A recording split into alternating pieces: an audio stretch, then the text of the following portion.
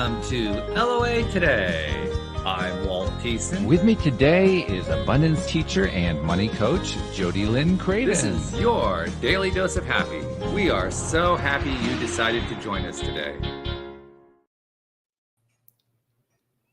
Now, I have to say, I'm especially happy that you're joining us today because I was engaging in one of my favorite habits just before we came on here. I was out taking my daily constitutional, my 4-mile walk. Nice. And it was beautiful. I mean, the temps were in the low to mid 60s and, not a cloud in the sky and all that. Just absolutely idyllic weather for walking and just beautiful. So, if we're going to start off a conversation about habits, I figure we might as well start with a really good one. There's one right there. How do you make that happen every day? Like, what's the process that well, you up or gives you the it's reminder? It's been a habit for years. I started this habit 20 years ago. And if you know how it is with a habit, if you can just keep going with it, at first I couldn't walk more than a half mile. I just didn't have the energy for it, but I would just go out every day, even if it was a quarter mile. If I walked a block, okay, I walked a block. At least I was establishing the habit of getting out there. Mm-hmm. And within probably a month or two, all of a sudden it was a habit that if I stopped doing it, I'd notice it. Mm. So it's actually been pretty easy since then. The hard parts have been, middle of the winter and it's too damn cold to go out there. Now I have to deal with, oh God, I'm in withdrawal on my habit. Yeah. Yeah, but that's the way it is with me. I mean, Jody Lynn, you have like morning routines and so forth. What do you have habits that have been so long ingrained that you have that same feeling of withdrawal when you go through them? Yeah, I think like the way that I get ready in the morning and like the simple things that I do are pretty ingrained. But I find I experience the same things with you. I'll ingrain something new or whatever, and then the cold takes over, and I'm like, Yeah. Yep. And Jason, you know a lot about cold too, because of where you are. You're in Idaho, so you're going to get plenty of that there. Yeah, and it is a struggle that, I like to get out. My wife and I particularly like to go on walks. I like to get out and run, but I'm so, if it's below a certain temperature or above a certain temperature, I'm like, nope, not doing it. So then I just end up on the exercise bike, which is good. It's always good to move the body, but it doesn't have the same impact of being outside, fresh air, seeing the sky, feeling the sun. It's just not quite the same. So there is added benefit to getting outside for sure.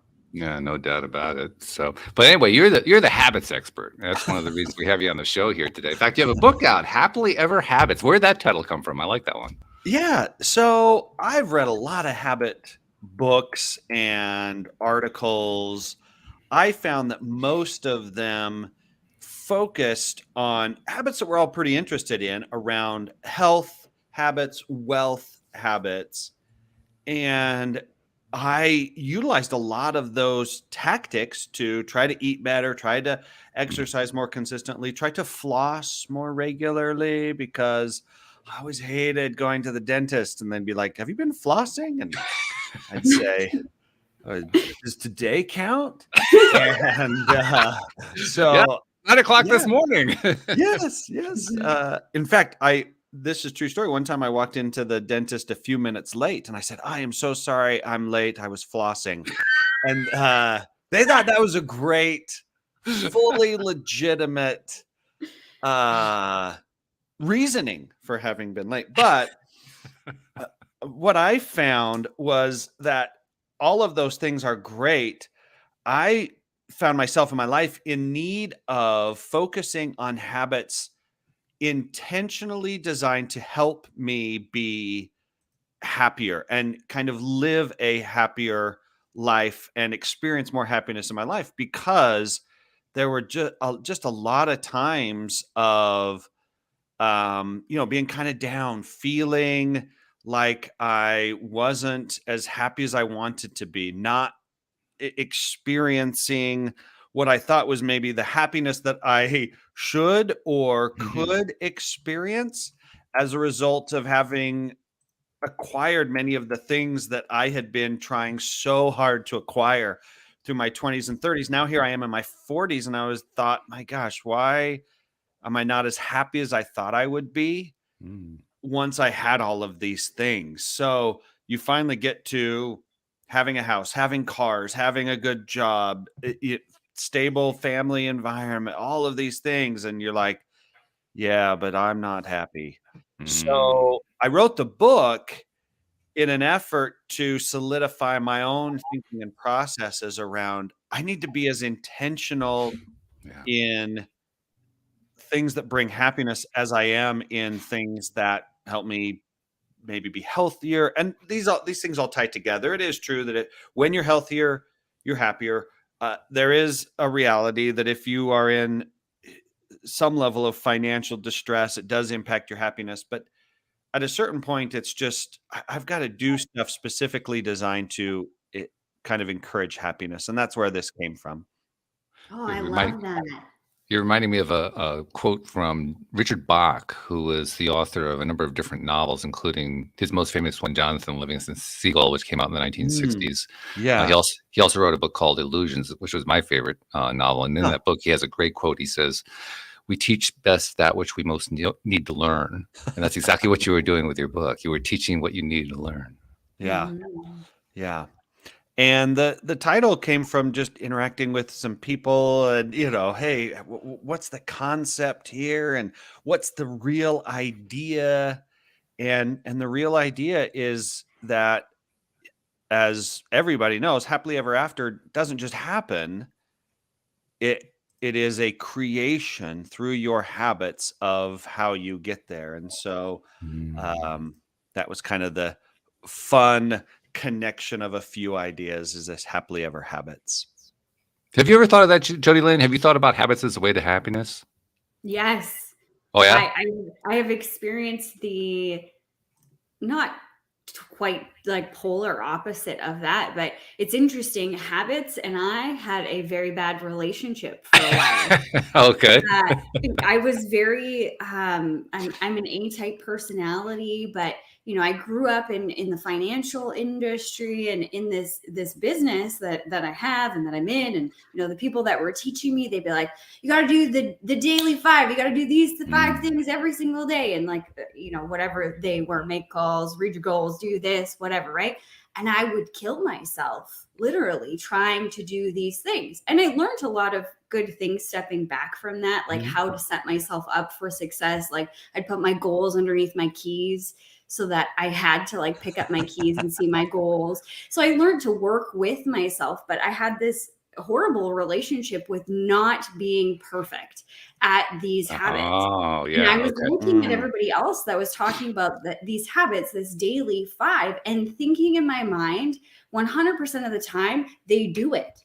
Every single day, they do it flawlessly, effortlessly. They do it.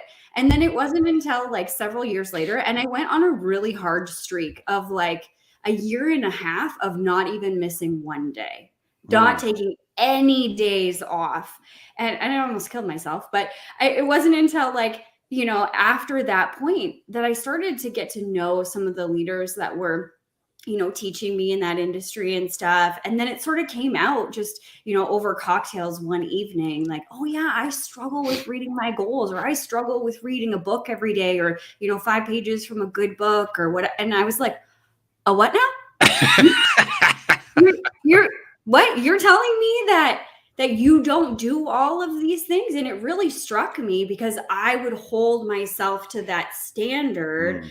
And I would really beat myself up when I didn't, get to those 5 things, if I didn't check them off. Like I've literally come home and one of the things on the list was a number of contacts. And I was like 1 short or whatever. I had my PJs on and I was like, oh man, you can't do that to yourself. It was like 11 o'clock at night. And I went and I prospected some random person the 7-Eleven.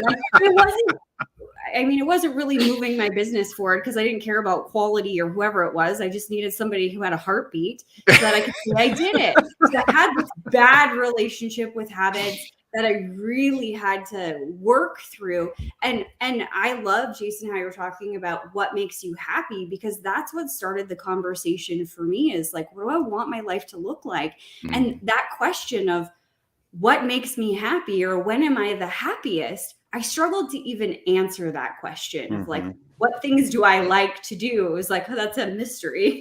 I don't know what it is. So I'm so excited to hear more about your book, Jason. And do you dive into that? Like, and even examples of like, what are some habits that you utilize personally for happiness for yourself? Yeah, and that is the beginning of it. The original question, I had my son, he's 20, the other day. He said, "Okay, Dad, pretend you're not my dad. Pretend you're just my habit coach. What habit should I start doing?"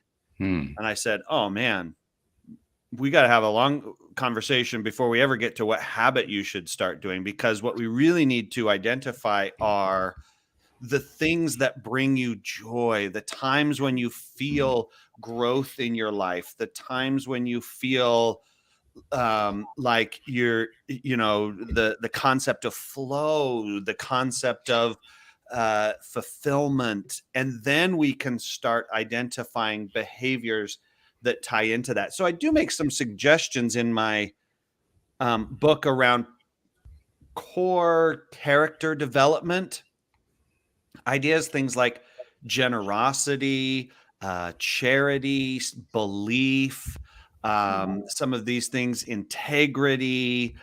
I talk a little bit about humility and some of these characteristics that you tend to find in happy people and that most people identify and say, oh, yeah, that's a good characteristic. I'd like to be more like that. But the primary initial exercise in the book is a self-discovery exercise of you kind of have to stop and almost close your eyes and think and answer some of those key questions. When have I felt growth in my life? When do I feel like I'm doing something that matters and adds value to the world? When am I doing something that I just do it just because I love to do it?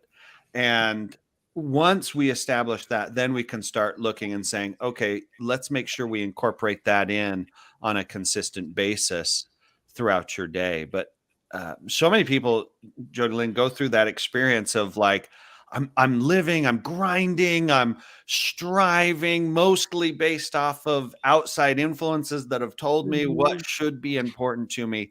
Yes. And then we stop and think, okay, what's most critical to me and which things are actually bringing me satisfaction and happiness? Mm-hmm. It's an What a important good point. question. Yeah. Yeah, it is. It's vital.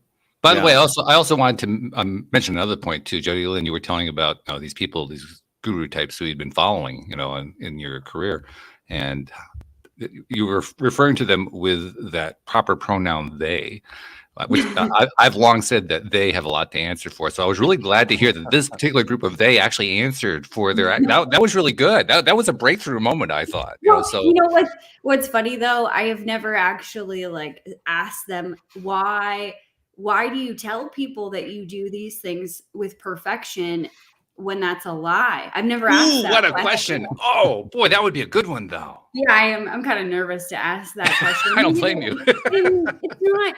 I know that from the heart space that they're not trying to like, Sure. tell people a lie, but it creates this facade. And for me, and I think it might be different for women and men. Now, you guys are both men, so you can answer this question. But for women, in our heads, there is this perfect woman. And Alison Armstrong talks about it. And this is where I first picked it up and where I first started to notice that I would beat myself up for not completing these tasks or these habits, and that they came from outside in influence, other people telling me what to do and me being like, okay, I am coachable, let me do it. I can do that. But for women, what I realized at learning this from Alison Armstrong is that women have this perfect woman in their heads that gets everything done on the checklist. And when we don't, meet that 100% of the checklist, where we differ with men is that we'll beat ourselves up. We're a piece of garbage. We're not good enough. All of these things.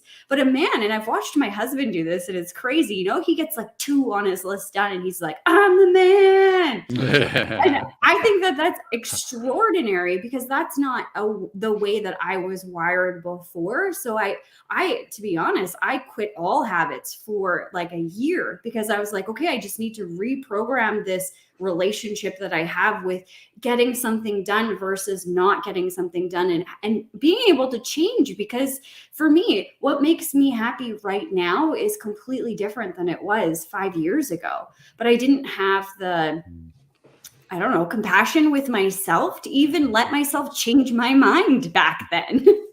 Jason, should we let her in on the secret? Yeah.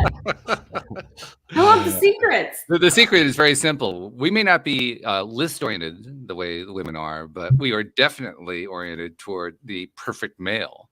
And most of us identify pretty early as, well, okay, I don't measure up to that. What am I going to do now? It's like, right? Isn't that it? I mean, like, none of us could possibly be that ideal male. It's not even humanly available to us. No. But it is interesting. This gets me into a whole society and media thing, because the fascinating thing is when you look at media figures, women in media tend to be highly competent, accomplish everything, work, run the house, all of it. And most men in media are not too intelligent, don't contribute at home. Right. You think like, I mean, I grew up watching Everybody Loves Raymond and Homer Simpson and like every great guy, role models. Yes. Every guy in every TV show growing up, he's kind of this bumbling, barely coherent, hardly functioning human. So that's what we live up to, Jody. Like, that's the image of a perfect guy for us, is like, if I can do that, I am killing it. And women are then put into the position of comparing themselves with these not over, but I mean, just unrealistic expectations. Well, I have to say it was a little different with my generation. With my generation, there were like two different male types of figures. One you could kind of summarize as the heroic sports figure. That was like that one idealized form, and the other was father knows best. And those are the two that you aimed at, and you weren't ever going to hit either one of them. No. Which meant you were even half of what you could have been just by hitting one of them. So it was, I mean, it probably in some ways was an improvement to have Homer Simpson aim for. That at least was achievable. Yeah. Yes. So our society, our socialization is just crazy. How we deal with, that is an important part, is how we deal with when we don't hit a habit. And I'll just share, I have right here my little tracker, and it's funny because this just happened to me, where I set my habits for the week, and I had 1, 2, 3, 4, 5, 6. I had 6 things that I wanted to do every day. Midway through the week, I erased one because I had never gotten to it, and I identified maybe that's not so important. I was not like that decision, by the way. Successful on 6. My next week, I had 1. Because over that weekend, as I was processing, I thought, I can't get stressed out and overly worked out, overly emotionally connected with the idea that maybe I can't get 6 things done well every single day. So if I could only do one thing a day, what was the one thing? And this week I'm back up to 3. And have done pretty good with 3, but it is true that you can really set yourself up for failure by either a feeling that you have so many things that you have to get done, or feeling like if you don't get every single one of them done every single time, that you're a total letdown and failure. Both those things will derail you. And I love the fact that you took a few of them off the list. How often do we feel like we're not allowed to do that? Yeah. Oh, yeah. I mean, how many times have we been told in different, arenas, if you will, that, this is what you got to do to be successful, or this is what you got to do to have a good marriage, or be a good parent, or, like fill in the blank. we're conditioned in so many ways in different arenas. Like this is the list of things that you got to do or else it won't work. And that itself is just simply a perception that we need to move out of and move into these habits of happiness. Yeah. That's something I've actually picked up a lot just doing the show, because you get enough people coming onto the show telling their way that they succeeded at whatever it was that they were doing. And after a while, you realize, wow, there really isn't a single route there at all. In fact, half the time they can't even agree on what the route is.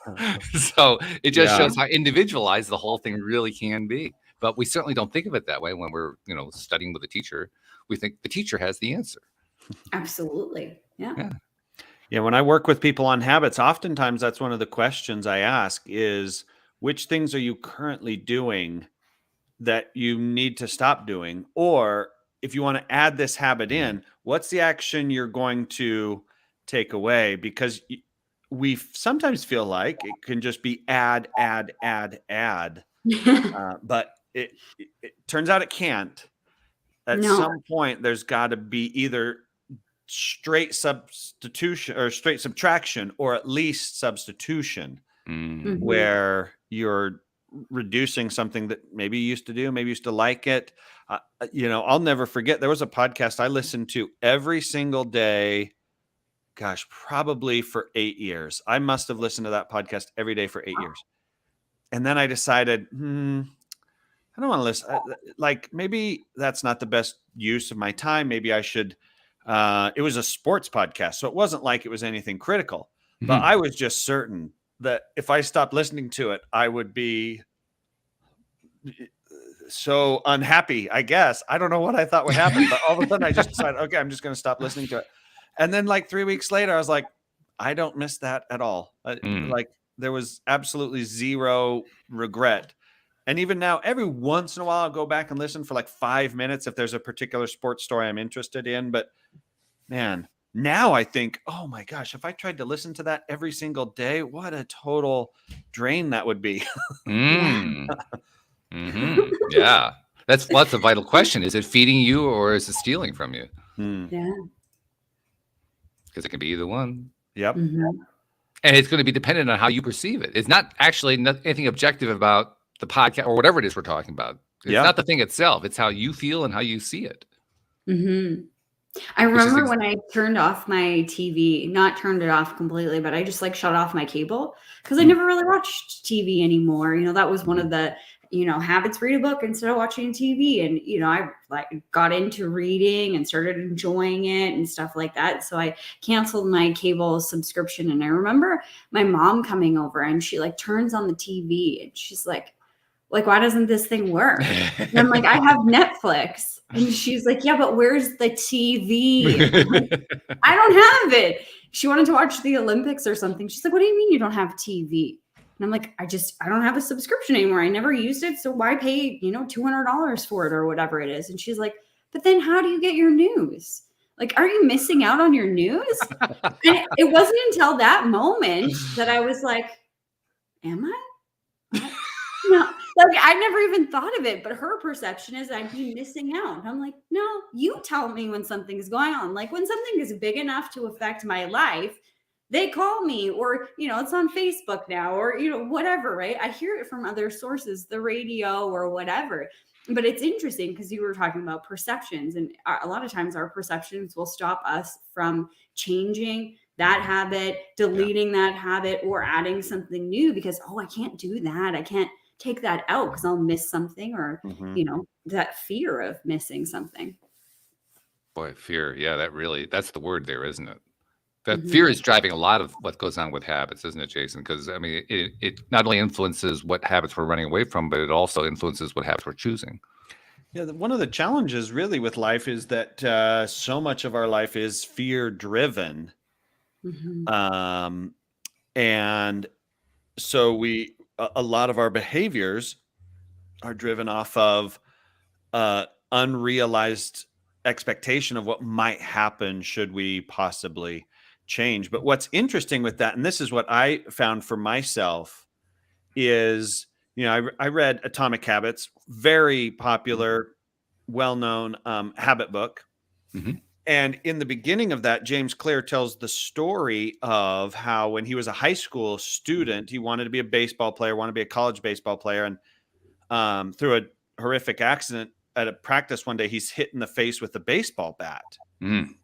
And that sends him into this forced process of physical healing, mental healing, emotional healing that got him on the path of learning and studying about habits. And he does actually end up fulfilling his dream to come back and be a college baseball player. And but what was interesting for me is I looked at my life and I think I was sort of waiting for the equivalent of that incident Wow. to have Being the hit in the face, excuse Jason? to make change, right?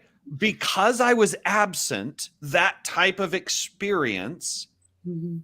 Instead, what I was doing, I called it the sunset. His was a light switch. Mm.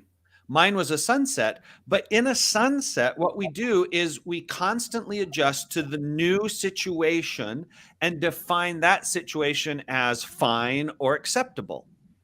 So it gets a little bit darker. And rather than taking action on the incoming darkness, we then adjust ourselves and say, nah, I can see okay. It's fine. You know, I did this as a kid. We'd be out playing basketball or kickball or whatever. Yeah, it's getting darker. It's fine. I can still see. Yeah. A little bit darker. Oh, it's Mhm. fine. It's fine. I can see. A little bit darker. No, it's fine. I can still see. Until at some point, some kid gets clocked in the face with the basketball and you realize, oh, it's dark. Well, that happens to us in our lives. We just Mhm. adjust and we say, no, this is fine. Life gets a little bit darker. No, this is fine. Gets a little darker. I'm okay. Maybe if I just grind a little harder, gets a little darker. No, I'm fine. But we never have the forced moment that makes us change. We have to decide, and that was my lesson from James Clear, was at any moment you can just decide, nope, today's the day. This is my change moment. And so many of us will just continue to drift absent any dramatic or traumatic experience because no, it's okay. I'm all right. It's fine. I'm okay. Even though in our heart we know it's getting darker. Boy, what a great point. What a really great point. I can seriously. see like examples of myself doing both things, like watching it get darker and having like red flags, you know, show up in my life and be like, and it's going to be fine. It's not that bad. I can still see, you know, and then I've had the traumatic side of things as well, but it's interesting. I like how you put that. Yeah. So my invitation, every time I talk with people, my invitation is to say, just let today be the day.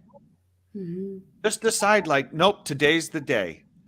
Because tomorrow is either going to be a little bit lighter or a little bit darker. It's unlikely that tomorrow will be dramatically darker or significantly, but you just have to decide, is tomorrow going to be lighter or darker? And if you want it to be lighter, you have to be intentional about it. What I found is if you're okay with it getting darker, that's almost going to happen naturally. Mhm. Life almost seems to flow naturally towards a slightly less, I don't know what it is, but slightly less fulfilling, slightly less happy, slightly less enjoyable, slightly less engaging. You have to be intentional about making it that way and choosing things that will bring you in that direction. I know that you were kind of hedging there because you weren't really sure why it's happening, but give us your best guess. Why do you think that we do have that drift tendency toward it getting a little bit darker? Just like that's the normal direction. Yeah. I can only kind of speak for myself and people that I talk with and work with. Is it seems as though initially we often strive to fill voids with immediate physical solutions. Mm-hmm. And so as we graduate, we go through our growing up years, however positive or negative those are, and then, okay, now I'm out on my own, and we start filling immediate physical needs. I'm going to need a job. I'm going to need a car. I'm going to need a house. I'm going to need some type of stable income. And it's almost like in the fulfilling of those things, there's some growth, there's some happiness, there's some movement in a direction. What the struggle, I think, for most people is once you hit certain levels, now you're not really growing anymore. Like you've kind of gotten there. If you look at Maslow's hierarchy of needs, you've kind of ticked off 2 or 3 levels of his hierarchy of needs, and the next ones are self-esteem and self-actualization, and those don't just happen by accident. And so the alternative is we keep thinking we can just throw another physical something at the problem and it will make it better. So then we buy boats and jet skis and go on big vacations. And if I just had a better house or a better car, but it's not actually filling the need long term. We think it might because it seemed to in our earlier progression through our life, but then you just get to a point where it's only in the self-development. It's only in personal growth. It's only in now living a life of meaning and purpose that you'll find happiness, and having a bigger boat for most people is not a sufficient enough purpose to bring full happiness and joy. So we're kind of stuck on a treadmill that was working a little bit, but now is not getting us where we want to be. Which happens a lot of the time simply because, like you say, we're looking externally. We're looking outside for the answers. It's the theme that keeps coming up over and over on this program is if you want to find the answers, you're not going to find them out there. You got to find them in here. Yep. Which is also very disconcerting at the same time, by the way. Well, it is. I mean, let's be honest. It really is, because the other piece that goes along with it is we tend to do our best learning when we're least comfortable. So just by even engaging in the journey, we're saying, okay, I'm ready for whatever that thing is that's going to come my way that I really don't want to have happen. Because that's where I'm going to do my most learning. But, oh, God, I don't really want to. I mean, it's sort of a please don't, please don't, please don't, please. Yeah. And it's funny because I have back here behind me, these are yard signs because 2 of my kids are graduating from high school next week. Congratulations. And it is interesting. Yeah, that's a major accomplishment, huge thing. And then I kind of look back and I'm like, man, that was so far. It feels, to kids, that feels like I've finished something. Now I look back and I'm like, that was so far from any type of finish or end or, I mean, it was really just like, another step. And I have to continue to somewhat be uncomfortable, grow, continue to learn, so I can get there. But and the first kind of warning I give people is around the size of the change that they want to implement. And you actually mentioned this, Walt, at the very beginning when you talked about walking, that you couldn't even walk a half mile, but gosh, if I just walked around the block, that was good. Well, so many of us, when we have that moment where we say, okay, I'm really going to change. I'm going to make my life different. We hope to do it so quickly and dramatically that we set ourselves up for almost guaranteed failure because it's not a sustainable change model. The change model that works is to actually start very small and make small incremental improvements over time. So when I'm talking with people and they say, yeah, I feel it, I want to make the change, now I'm really bought in. Okay, what's the smallest possible thing you can do? Yeah. You want to be happier? What's the smallest possible happiness habit? And let's start there, because trying to do too many things or too big of a thing will never work. This is a really interesting point. And the reason I say it's interesting is we live by almost acclamation. We almost all agree we live in the age of instant gratification. And when you live in an era of instant gratification, a couple of things go along with that. One, you want instant gratification, so you have to have a result quickly.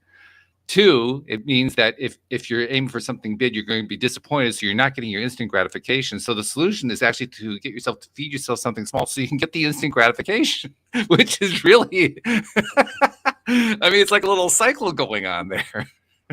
Yeah. But it's also a productive cycle. Yeah, because now you can focus in on momentum rather than motivation. When people feel that, okay, I'm going to make a change. Like when I felt like, okay, this is as dark as I'm going to let it get. I'm not letting it get any darker than this. I was really motivated. And luckily I had read enough habit books because what's fun is there's a whole handful of them out there. I knew that starting small was the key.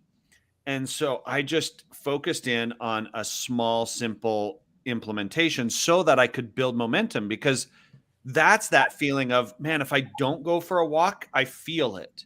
If I don't get outside in a day, I feel it. And even when it's cold, the momentum is driving me to do it anyway. If you base off of motivation, you might do it once for 30 minutes and then you hate the whole process anyway because it hurts so bad and this sucks. And then tomorrow you're so busy, you're like, when will I ever find 30 minutes to do this? I'll never find 30 minutes to do this consistently. So that just feeds into the story you're already telling yourself of, you can't do this. Why would you change?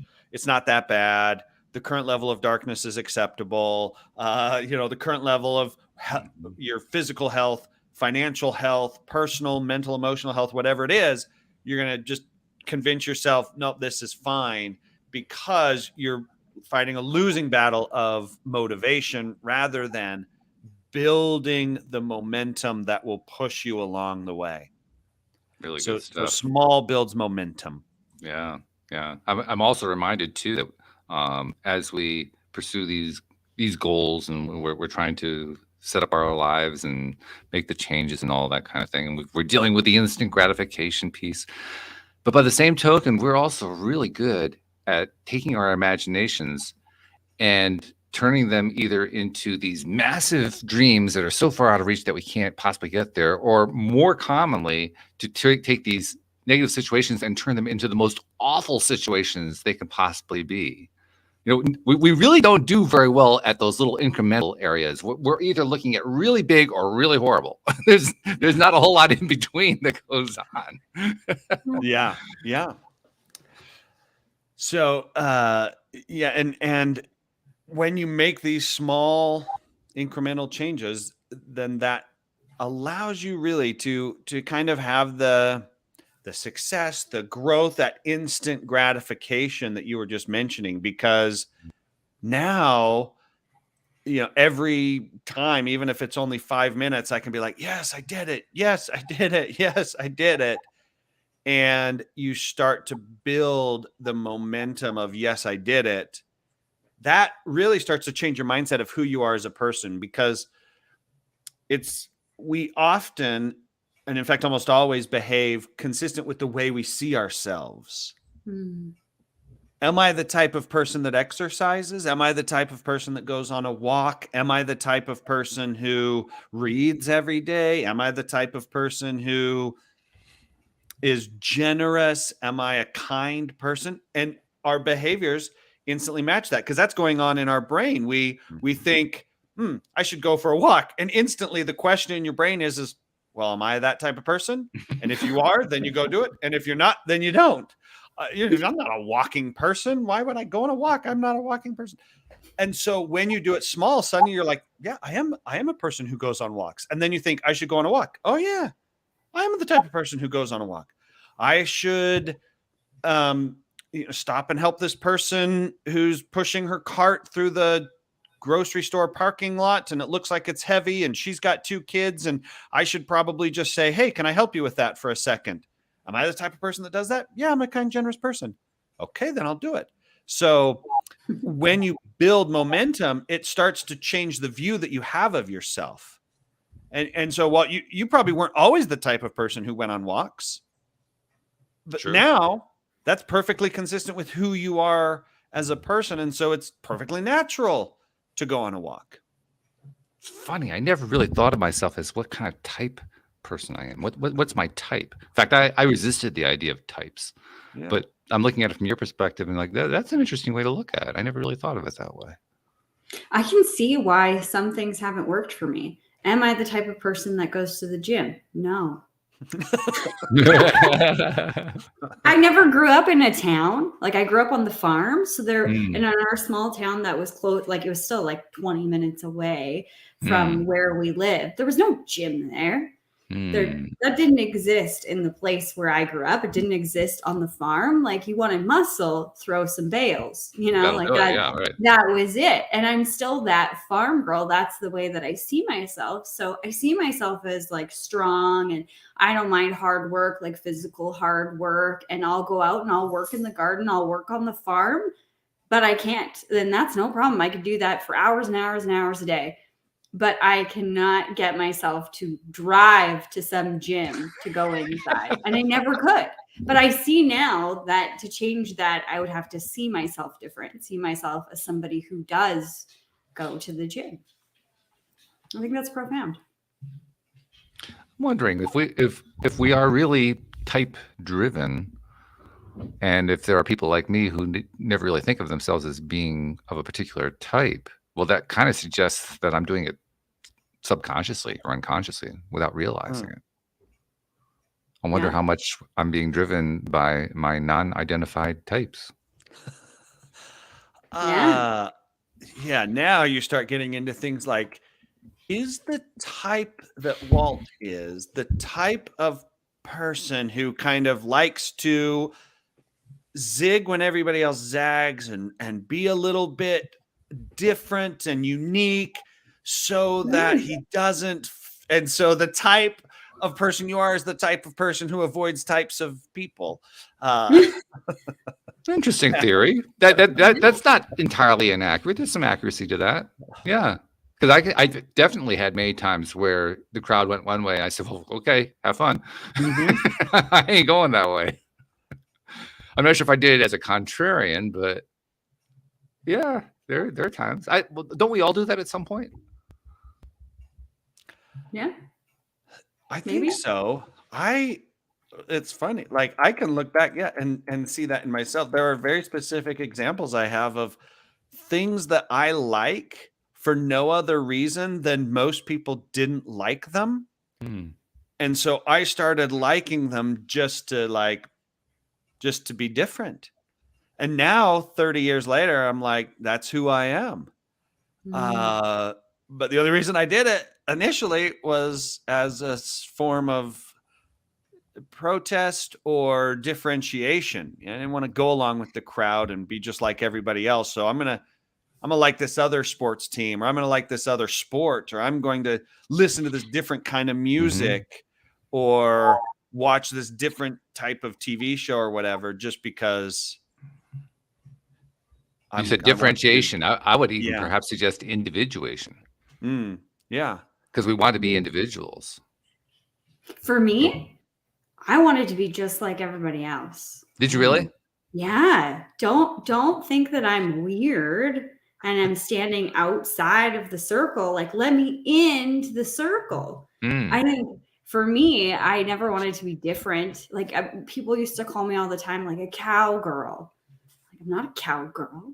I just live on a farm. I didn't want to be different from everybody else. I wanted to be like everyone else.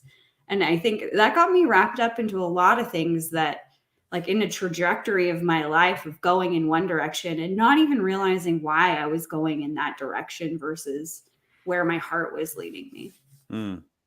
I'm reminded of an article that I saw online within the last year and a half, something like that. It was the story of a study that had been done live in a middle school here on the East Coast of the US. And they were looking at the social structure of the kids in that middle school. And they were trying to understand and identify certain trends. You know, why is it that certain kids are the popular kids? You know, who sets the trends, who follows the trends, all that kind of thing. And very interesting. There was a lot of intricacy to the article. But one of the things that kind of came out was almost, I won't say everyone, a high percentage of the kids were describing the same kind of thing that you were. They were trying to find their way to fit in. And then in the next breath, they were describing how they were resisting it. So on the one hand, on the other hand. And that played out a lot. The ones who were not doing that so much were the ones who were already at the top of the hierarchy. Because they knew who they were? Or they were at the top of the hierarchy, so they gained social acceptance. I'm not sure which. I think my fitting in came all from like trauma of being in junior high and not fitting in. Like having hand-me-downs and getting, you know, like picked on and whatever. Like I got my first jobs just so I could buy clothes that I liked to wear and wouldn't be made fun of. Yeah. Okay. Yeah. So it's interesting why we do the things we do. Yeah. Then we create life patterns and habits based off of childhood traumas. And 40 years later, we're going to counseling because like I'm in a series of habits that is not working for my life. And the whole reason is because in 7th grade, somebody made fun of my hand-me-downs. And you're like, oh my gosh. Right? Yes. That really drove me to have like expensive clothes and like luxury items and live in the city in a high rise. And like, I don't have any of those things anymore because I didn't actually want them. I wanted them because I thought I would fit in because I was trying to avoid that trauma that I experienced when I was a kid. Or to flip it around, you wanted to get to that feeling you thought you would achieve if you actually had those clothes. Now you'd be in a different feeling place, so you wouldn't have to deal with that kind of a trauma anymore. Yeah, we're right back to Maslow's hierarchy of needs. The things don't give you that trouble.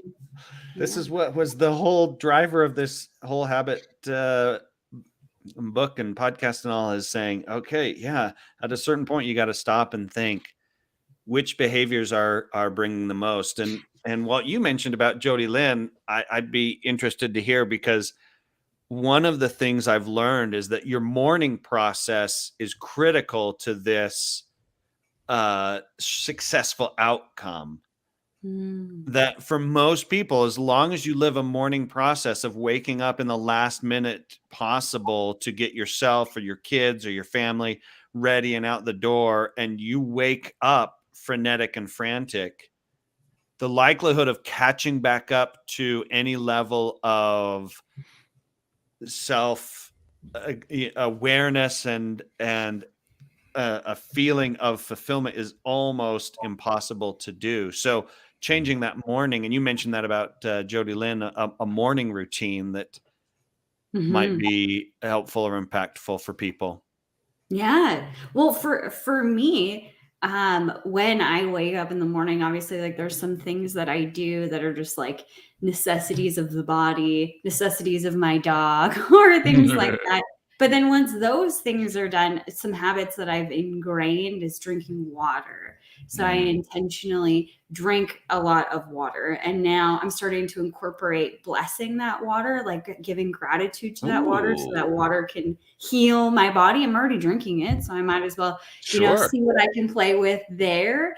And then I take some time to just reflect on, how I'm feeling and just what's going to happen throughout the day, not really planning so much what's going to happen because I've already looked at my schedule and I know what I have, high level things, but like reconnecting with me. And I loved actually one of our recent guests over the last couple of weeks. She talked about that, reconnecting with you, and you've got all of these things on the go and then being led to the things that are the most important. So for me, that's a big habit, is just reconnecting and centering in the morning and being like, okay, I'm good. We're good to go. I'm ready to start. When you were mentioning the bit about how you bless the water, are you influenced by like the work of Professor Emoto, who did all the thing with putting emotions onto water and then freezing it and looking under the microscope to see what the patterns look like and that kind of thing? I've seen it. I haven't studied it too much. I just saw a TikTok just recently that said, my father started blessing his water, or like started saying thank you to his water. And she noticed like the difference between their 2 cups. His started to bubble and hers didn't, even though they got it from the same source. It was sitting right beside each other. And so she started doing these tests, and her father was really ill, I think terminal, and he was starting to heal himself just by simply having this gratitude for this water. So I thought, hey, that sounds cool. I would like to have a healthier body, just overall health, and give whatever I need to my body. So I've started to incorporate that practice into. I got to start incorporating that. I haven't been doing it in a while, but I remember at one point I was testing, and I tested 2 identical, 2 waters for the same source, that kind of thing, and did the same kind of thing, blessing one of them, and it tasted better. There was an actual distinct improvement in taste in the one that I had thrown the love at. I was still blown. To this day, I'm blown away by that, and I don't know why I haven't taken that and turned it into a regular practice. As I'm thinking about, like, well, come on, Walt, that was obvious. What do you do? How much more do you need to have for evidence before you're going to do it? Which goes back to the whole question of establishing habits. So, Jason, I'm going to throw it into your camp. What do I have to do before I finally decide I'm going to do this thing? Because I think of this gratitude one that I do every morning is write down 3 things that I'm grateful for. I've got my little gratitude journal right here. And one of my early practices every morning is write down 3 things I'm grateful for. What's fascinating is, just like you, I had heard that so many times and knew that was a healthy behavior, knew it was an important behavior. Why am I not doing it? One thing that you can try to make things easier is tying it together with an existing habit. Because oftentimes, well, just like you said, we intend to do it, but in the moment we don't think about it. And Jody Lynn actually mentioned this. She gets up, has some personal behaviors that she does, takes care of her dog, and then gets into the habit. So if you decide, I want to drink more water every day, I want to incorporate in the health benefits of drinking water. Okay, blessed water at that too. Yeah. Do it immediately after letting out the dog. You're already letting out the dog every day. So letting out the dog every day becomes the trigger. Charles Duhigg talks about triggers to our behaviors. Letting out the dog becomes the trigger that makes you think, oh yeah, I gotta now drink my water. I do the same thing. Let out my dog, write down 3 things that I'm grateful for.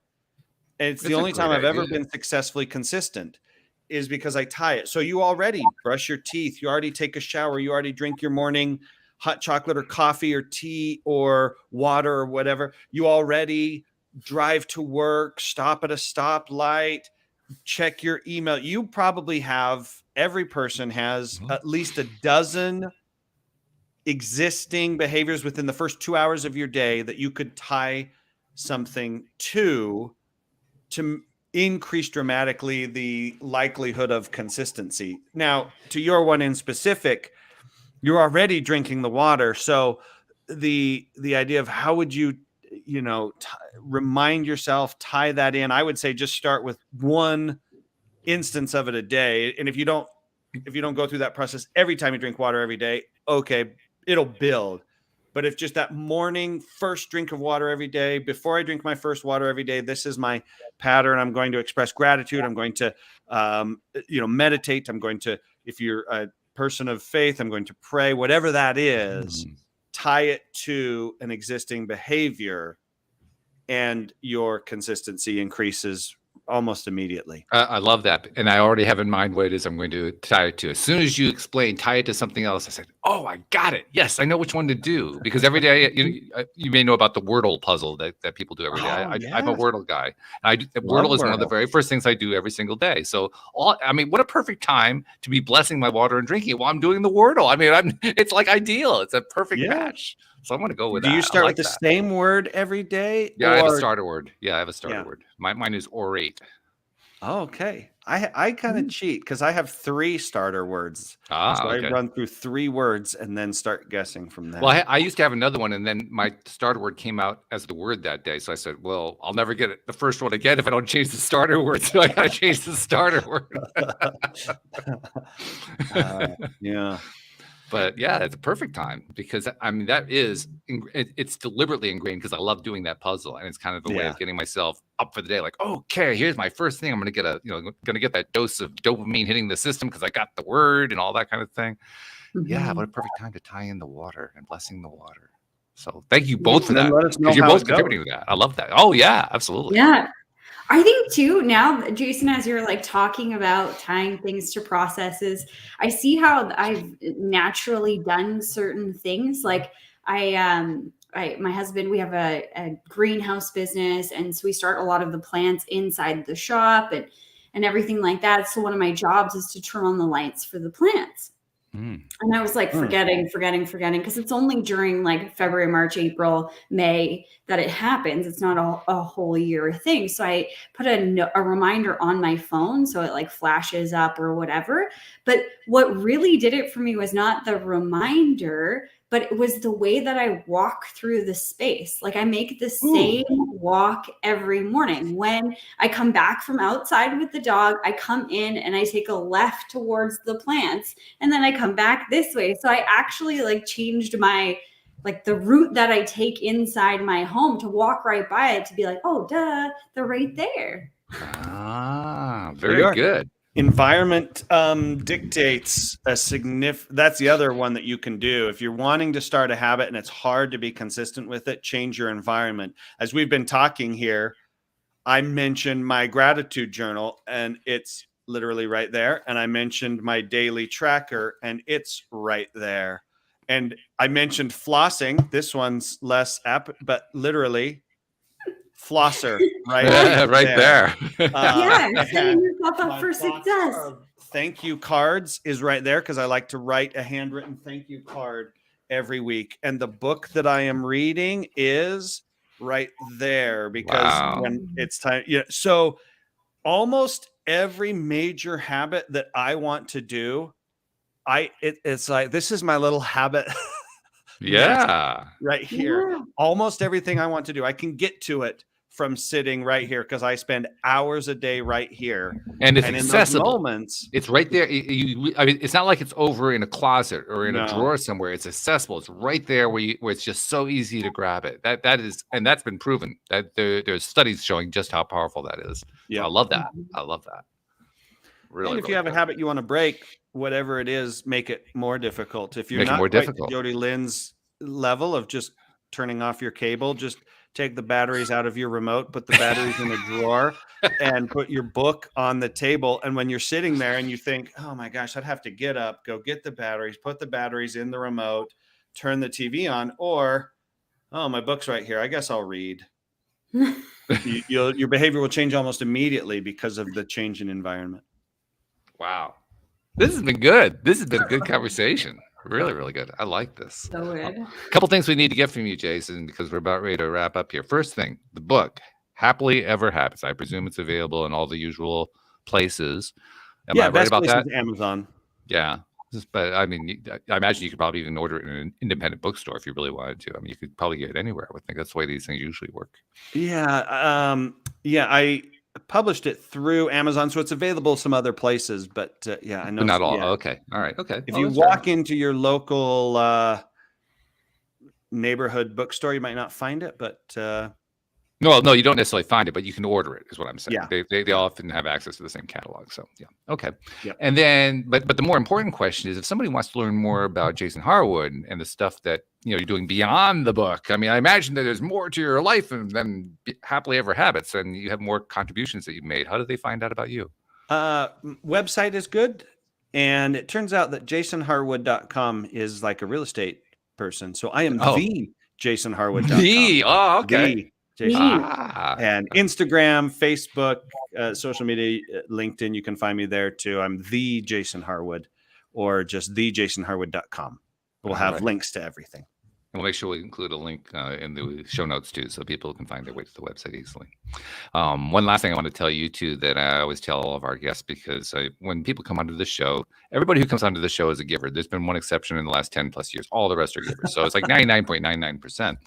And givers have a tendency to give continuously, consistently. That's what makes them givers. Hey, how about that insight?